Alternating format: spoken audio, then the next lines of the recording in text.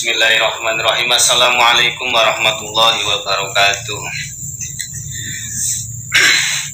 A'udzubillahi minasyaitonirrajim. Bismillah, alhamdulillah, wa la ilaha illallah, wallahu akbar.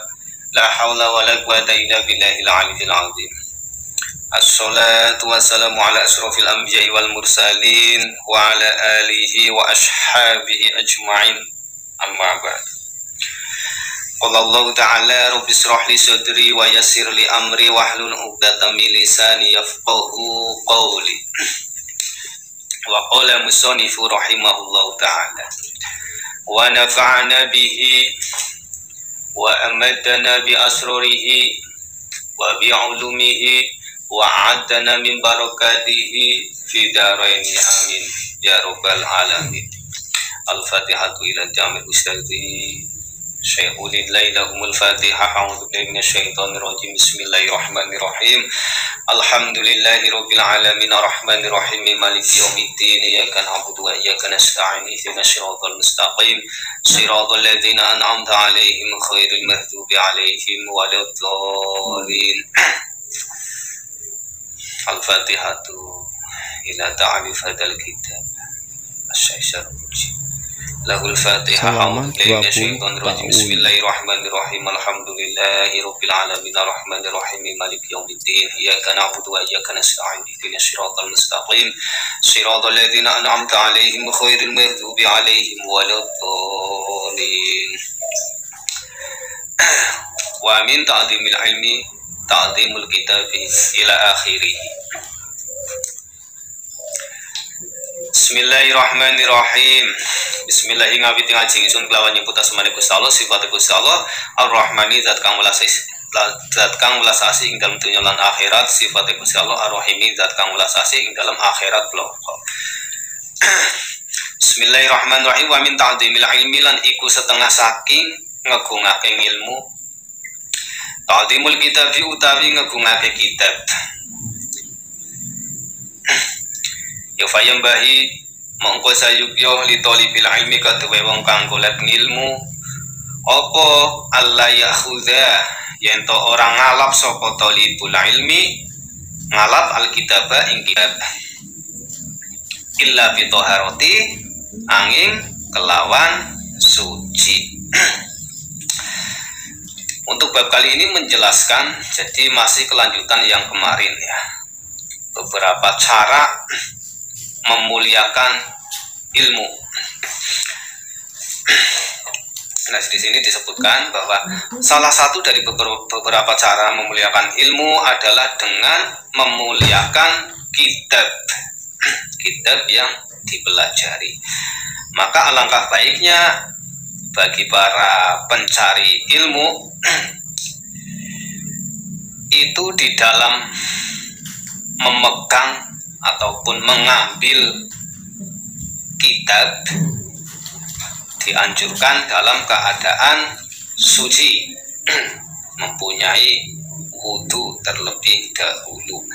Wa hukiyalan den critakake nganis syekhi saking Syekh Al-Imami kang dadi Imam Samsil A'immatil Halwani rahmatullah ing alih.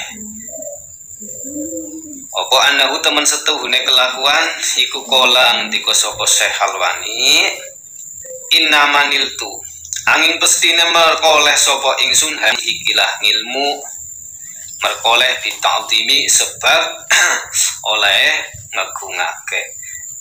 Ya fa ini krana temen setuhune ingsun iku ma'akhadtu orang ngalap sapa ingsun al-qahida ing purasan illa bitoharoti kejaba kelawan keadaan suci.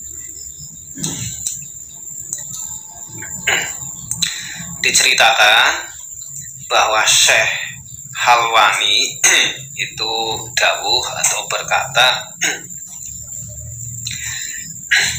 bahwa Syekh Halwani itu tidak memperoleh ilmu, tidak memperoleh beberapa jenisnya ilmu kecuali memperolehnya dikarenakan dia itu kitab dengan cara beliau itu ketika mengambil atau memegang kertas dari kitab tersebut itu dalam keadaan suci. Wa anna syaikh lan temen setune syekh al imam kang dadi imam samsal a'immati ashar khosiyya rahimahullahu taala. Imam samsal a'immah sarkhosi iku kana ono sapa seh ono iku mabtunan loro weteng wa kana lan ono sapa seh ono iku yukarriru bolak-balik sapa seh filailatin ing dalem sawijining wengi ya fatawa doa mongko wudu sapa seh fitil kalailati ing dalem mengkono-mengkono wengi oleh wudu sab'a asyarota kelawan 17 apane marrotan ambalane li'annahu krana temen setune syekh iku ayu kariru ora bolak-balik sapa syekh illa bitoharoti angin kelawan suci. Hadza utawi ikilah keterangan iku li'anal ilma krana temen setune ilmu iku nurun dadi nur wal wudu alan temen setune wudu iku nurun nur utawa cahaya ya fayasdadu mongko dadi tambah apa nurul ilmi nureng ilmu bihi sebab oleh wudu. Di sini ya bahwa Syekh Sarkhosi itu sakit perutnya pada suatu malam, dia itu sakit perut sehingga beliau itu harus bolak-balik ke tempat wudhu, ke sumber ataupun ke jeding ya, dengan tujuan mengambil wudhu. Bahkan dia itu bolak-baliknya sampai 17 kali. Sudah wudhu, kemudian kembali ke tempat dia itu belajar, bakal lagi, ambil lagi, dalam satu malam itu sampai 17 kali karena lagi perutnya sedang sakit ataupun mungkin kalau sekarang ya mencret atau bagaimana lah. Dan beliau itu tidak akan bolak-balik kalau dalam keadaan suci. Berarti kalau batal, wudunya batal, dia itu ngambil wudu lagi, kembali lagi, batal, ngambil wudu lagi, seperti itu sampai 17 kali. Itu dikarenakan karena sesungguhnya ilmu itu merupakan cahaya dan wudu itu pun merupakan cahaya. Jadi antara ilmu dan wudu itu kalau ditambahkan maka cahayanya menjadi double.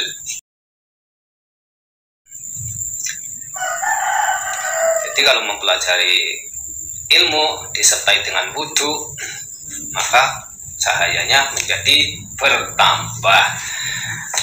Wa minat ta'dimi lan iku setengah saking ngagungake ilmu al-wajibi kang wajib. Allah ya muda utawi ento ora nggawaake utawa nyelonjorake sapa tolib, nyelonjorake rijlahu ing sikile tolibil ilmi maksude ilal kitabi maring kitab. Wayal doalan yento ndelehake sapa tolibul ilmi kutub tafsiri ing piro-piro kitab tafsir. Ndelehake foko sairil kutubi ono ing sanduwure sekerine piro-piro kitab. Oleh ndelehake tak diman krono ngegungake walayal doalan yento orang nyelehake sapa tolibul ilmi alal kitabi ing atase kitab sayan ing sewiji-wiji akhara kang weneh. Salah satu dari memuliakan ilmu yang wajib, memuliakan ilmu yang kategorinya wajib adalah kita itu tidak diperkenankan untuk memanjangkan kaki kita kepada kitab. Jadi nggak boleh diselonjorkan ke arah kitab, Dan kemudian kalau kita meletakkan beberapa kitab tafsir, itu sebaiknya di atas kitab-kitab lainnya yang bukan jenis kitab tafsir. Misalkan kitab tafsir Jalalain atau tafsir Ibnu Katsir, ataupun dan juga tafsir-tafsir lainnya, kitab tafsir lainnya. Itu semua kita lakukan karena sebagai bentuk memuliakan ilmu. Memuliakan ilmu dengan cara memuliakan kitab. Dan juga pada tumpukan kitab-kitab yang kita punya itu sebaiknya jangan ditaruh hal-hal yang lain, yang selain kitab. Wa kana lan ono sapa ustadzuna guru kita, Syekhul Islam kang dadi gurune wong Islam rupane Burhanuddin rahimahullah taala, Syekh Burhanuddin rahimahullah. Iku yakin nyeritake sapa Syekh ngan Syekhin saking sijine Syekh minal masyayikhi saking pira-pira Syekh yen anna faqihan ing temen setuhune wong alim fikih iku kana ana sapa faqih, ana iku wadu'an dilehake sapa faqih al-mihbarota ing wadah mangsi malal kitab ing atase kitab. Ya faqala mongko ngendika sapa Syekh lahu maring faqih bil farisiyati kelawan bahasa Paris. Barnayabi. Jadi isi dari perkataannya Barnayabi. Barnayabi orang nemu kemanfaatan sapa sira saking ngilmu iro. Wa kana lan ono sapa ustazuna guru kita al-qadi kang dadi qadi al-imam kang dadi imam al-ajalu kang agung rupane Fakhrul Islami Syekh Fakhrul Islam al-ma'rufu kang wis terkenal di qadhi Khona kelawan qadhine daerah Khona negara Khona rahimahullah taala. Iku yaqulu ngendika sapa ustazuna illam yurid lamun orang ngarepake sapa faqih,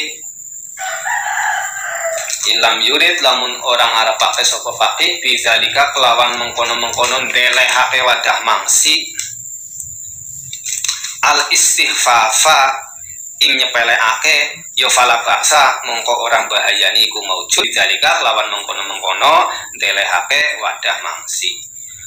Wal aula utawi kang lebih utama iku ayat taharruza yen to ngreksa sapa faqih saking ndelehake wadah mangsi. Juga diceritakan juga dari salah satu syekh dari beberapa syekh. Jadi syekhnya banyak, kemudian salah satu dari syekh tersebut ada yang menceritakan bahwa ada salah seorang ulama ahli faqih yang menaruh tempat mangsi untuk menulis. Dan tempat mangsi itu ditaruh di atas kitab yang sedang dikaji. Maka di sini seorang guru tersebut, syekh tersebut itu berkata dengan bahasa Paris, Yarnayabi, kamu itu tidak akan mendapatkan manfaat dari ilmu yang kau pelajari. Begitu kata-katanya. Dan ada juga guru kita Fakhrul Islam yang menjadi qadhinya daerah Khona ya. Itu juga berkata, kalau memang ahli fikih tersebut itu menaruh tempat mangsinya di atas kitab itu tidak ada tujuan untuk apa? Untuk menghinakan kitab itu, maka tidak apa-apa. Cuma alangkah baiknya untuk seorang ahli fakih tersebut itu menjaga dari perilaku yang seperti itu. Jadi jangan ditaruh di atas kitab untuk tempat mangsinya.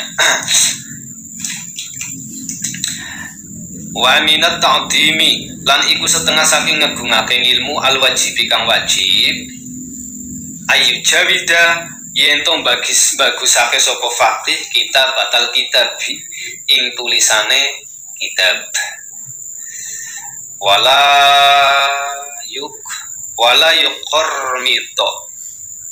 yuqormito lan orang lembutake sapa man utawa tolib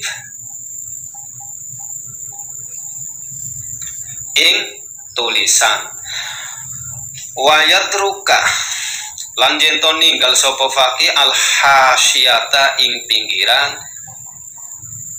alati yuqormitu kang lembutake tulisan sapa wong fiha ing dalam hasyah illa inda darurati kejaba ngelembutake ing dalam nalikane darurat.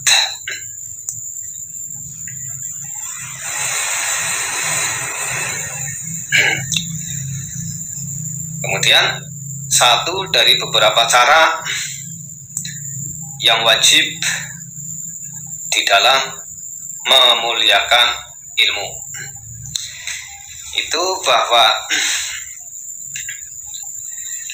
kita itu harus memperbaiki tulisan kita di dalam mengasah suatu kitab, memaknai suatu kitab. Tulisannya itu dianjurkan untuk diperbaiki, dibuat sebagus mungkin, dan juga tidak mengecilkan. Jadi kalau menulis di kitab, memaknai di kitab itu jangan terlalu kecil, dan juga mengurangi catatan kaki. Jadi kita kurangi di pinggiran kitab itu kan kadang kita suka menulis catatan kaki, itu harap dikurangi, kecuali ketika keadaan darurat. Waro alang baru sopa Abu Hanifah, Imam Abu Hanifah rahimahullahu ta'ala, waru katiban ing tukang tulis, yuqormi tukang lembutake sopo katib tukang tulis fil kitabati ing dalam tulisan. Yofaqola mongko ngendika sopo Imam Abu Hanifah, la tuqormit ojo nglembutake sopo siro ka ing tulisan iro li annaka krono temen setune siro iku ingista lamun urip sopo siro tandang mongko getun sopo siro wa in muta lan lamun mati sopo siro tustam mongko den pisui sopo siro. Yakni negesi sopo Mbah Yai Musonef idza syikhta ari kalane wis tuwa sapa sira wa dha'ufa lan apes apa basaruka peninggal ira ya nadimta mongko bakal getun sapa sira nala zalikal fi'li ing atase mengkono-mengkono penggawean.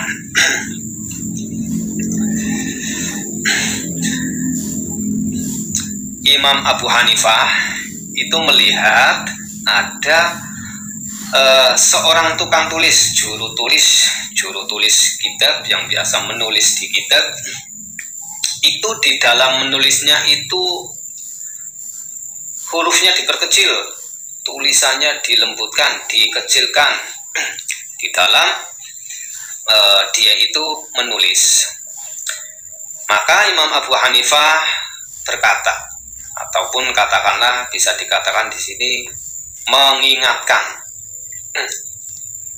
la tuqormit ila akhirih, bahwa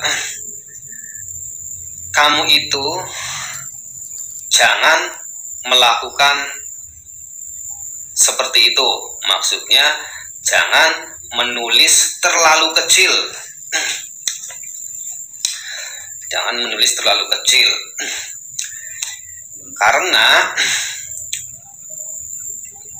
ketika kamu hidup, maka kamu itu akan ngajog getun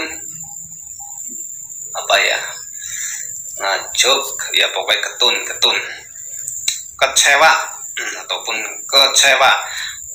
Kemudian kalau kamu mati, meninggal, maka kamu akan dimarahi, dipaidok, dimarahi. Maksud dari perkataan tadi adalah bahwa sang juru tulis tersebut itu sebaiknya menghindari hal seperti itu, karena dikhawatirkan itu nanti kalau dia itu usianya tua, sudah sepuh, sudah tua, dan kebetulan itu ada kelemahan pada peninggal ataupun matanya, mungkin kabur atau buram, maka orang tersebut nantinya akan kecewa. Ini kenapa dulu waktu saya menulis kok kecil-kecil banget. Nah, sekarang ketika saya sudah tua, ternyata tulisannya itu tidak bisa dilihat, tidak nampak. Ya mungkin kelihatannya cuma gandeng-gandeng, jadi susah untuk dibaca.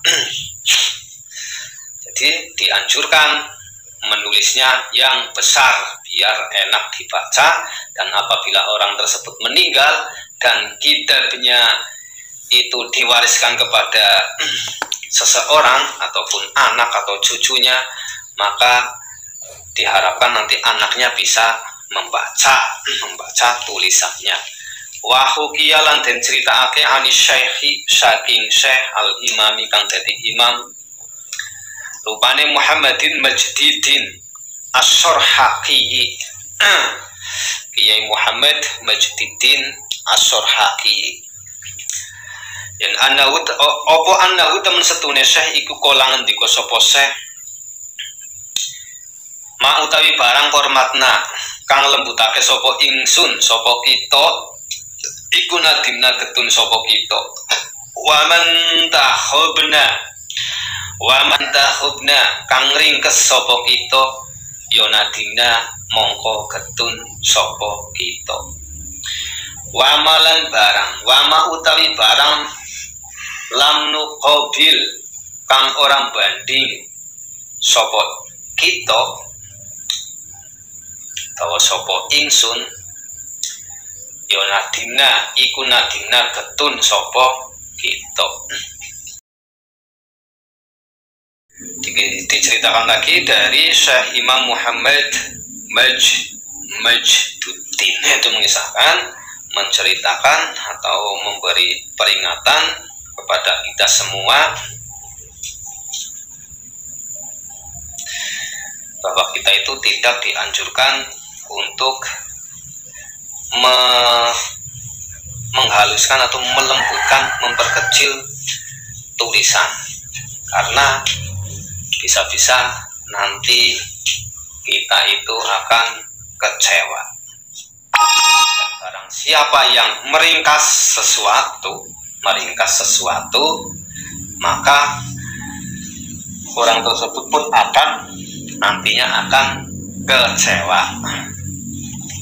Begini berarti walam nuqabil nadimha, dan bagi seseorang yang tidak mau menghadap, maksudnya itu madhep suatu kitab, membaca, misalkan bisa dikatakan membaca atau mempelajari sesuatu, maka pada akhirnya orang tersebut juga akan mengalami kekecewaan. Wayam bahilan sayukyo opo ayakuna yento ono opo takti'ul kitabi potongane kitab oniku murabba'an persegi utawa segi empat.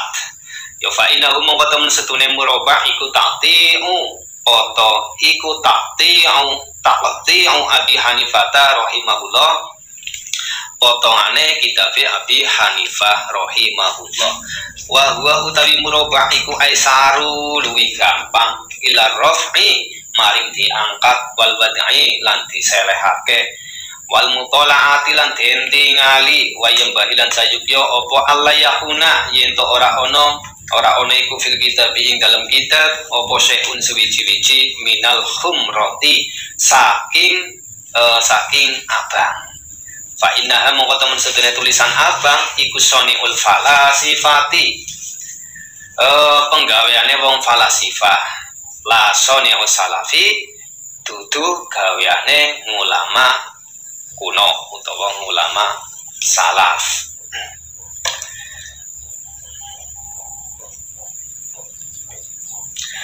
Wa min masyayikhina lan iku setengah saking pira-pira guru ingsun, man utawi wong kariha kang sengit sapa man istimalal muraqabi ing nganggo tulisan, istimalal muraqabi ing nganggo tulisan kang disusun al ahmari kang abang. Sebaiknya potongan dari kitab itu berbentuk persegi 4, karena persegi 4 seperti halnya potongan kitabnya Imam Abi Hanifah. Karena kalau persegi 4 itu lebih memudahkan ketika diangkat, kemudian ketika ditaruh itu lebih gampang, dan ketika dibuat mutolaah, ketika dibaca cara membukanya itu lebih mudah. Dan sebaiknya di dalam kitab itu tidak ditaruh sesuatu, jauhkan dari sesuatu yang berwarna merah, misalkan dari tinta merah itu harus dihindari, sebaiknya dihindari, tidak harus ya, sebaiknya, karena yang biasa menulis dengan tinta merah itu adalah orang-orang falasifah, bukan merupakan pekerjaan yang dilakukan oleh orang-orang atau ulama di salaf, ulama kuno.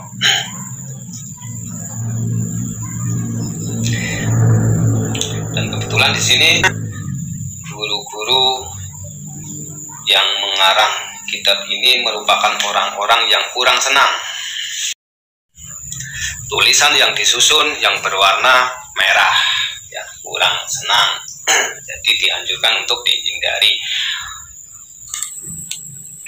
Ya, sampai di sini terlebih dahulu. Semoga kita mendapatkan manfaat. Semoga kita semua termasuk daripada ahli ilmu yang manfaat dan barokah. Tetap jaga kesehatan. Wallahu a'lam bishawab. Ihdinas shiratal mustaqim. Wassalamualaikum warahmatullahi wabarakatuh.